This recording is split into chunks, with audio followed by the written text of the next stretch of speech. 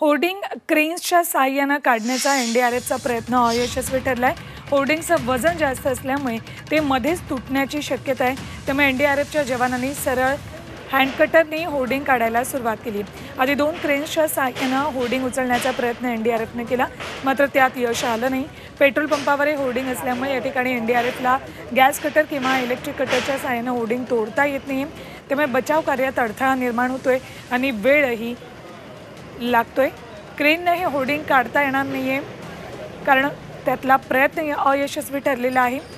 Hoarding प्रचंड जड आहे, त्यामुळे होर्डिंग काढताना अडचणी येत आहेत। थेट जाऊयात घटनास्थळी। आमचे प्रतिनिधी मनोज कुलकर्णी आपल्यासोबत आहेत। मनोज, हे होर्डिंग काढण्याचा प्रयत्न झाला, मात्र क्रेन्स सुद्धा इतकी अजस्त्र असूनही अपुरी पडलेली आहेत। आता हँडकटरच्या मदतीने काढलं जाणार आहे, म्हणजे आणखी अनेक तास यात जाऊ शकतात।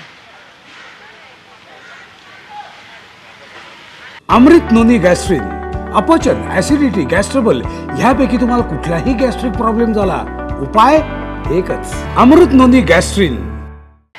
अगदी बरोबर आहे। आज सकाळी 2 मोठ्या क्रेन आणल्या होत्या आणि त्या क्रेनच्या सहाय्याने त्या जे होर्डिंग आहे ते होर्डिंग काढण्याचा प्रयत्न सुरू होता, परंतु तो यशस्वी झालेला नाही। आणि शेवटी आता एनडीआरएफचे जे कर्मचारी आहेत ते स्वतःच आता हाताने जे होर्डिंगचा जो पार्ट आहे तो हाताने काढण्याचा प्रयत्न सुरू आहे। आणि जे हाताने निघत आहेत ते सगळं सामान जे आहे ते आणून बाजूला ठेवत असल्याचं पाहायला मिळत आहे। या ठिकाणी गेल्या 4 ते 5 तासापासून एनडीआरएफच्या वतीनं हा प्रयत्न करण्यात आला होता की त्या 2 क्रेन आणल्या होत्या। त्या क्रेन जो मोठं होर्डिंग आहे त्याचं मध्यभागी त्याचे हुक लावण्यात आले होते आणि वर उचलण्याचा सुद्धा प्रयत्न केला, परंतु त्यामध्ये त्याला यश आलं नाही। कारण वर उचलल्यानंतर मधला जो भाग आहे तो क्रॅक होण्याची शक्यता आहे आणि तो पुन्हा खाली पडण्याची शक्यता आहे आणि दुर्घटनेमध्ये अजून वाढ होण्याची शक्यता होती। आणि त्यामुळेच मग आता हा निर्णय घेण्यात आलेला आहे की या ठिकाणी जे कर्मचारी आहेत त्यांच्या हातानेच हा सगळा जो मलबा आहे तो काढण्याचा प्रयत्न होत आहे। आणि आपल्या समोर आत्ता एक गाडी जी होती ती सुद्धा या ठिकाणी काढण्यात आलेली आहे।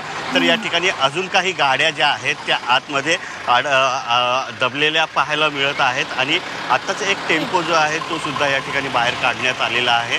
ज्या वस्तू क्रेनच्या सहाय्याने, छोट्या क्रेनच्या सहाय्याने काढता येत होत्या त्या सगळ्या काढण्याचा प्रयत्न आता यातून सुरू होत असल्याचं पाहायला मिळतं आहे। जे पत्रे असतात ते पत्रे हाताने उचलून BMCचे कर्मचारी असतील, त्याचबरोबर एनडीआरएफचे जवान असतील ते बाजूला घेत असल्याचं पाहायला मिळतं आहे।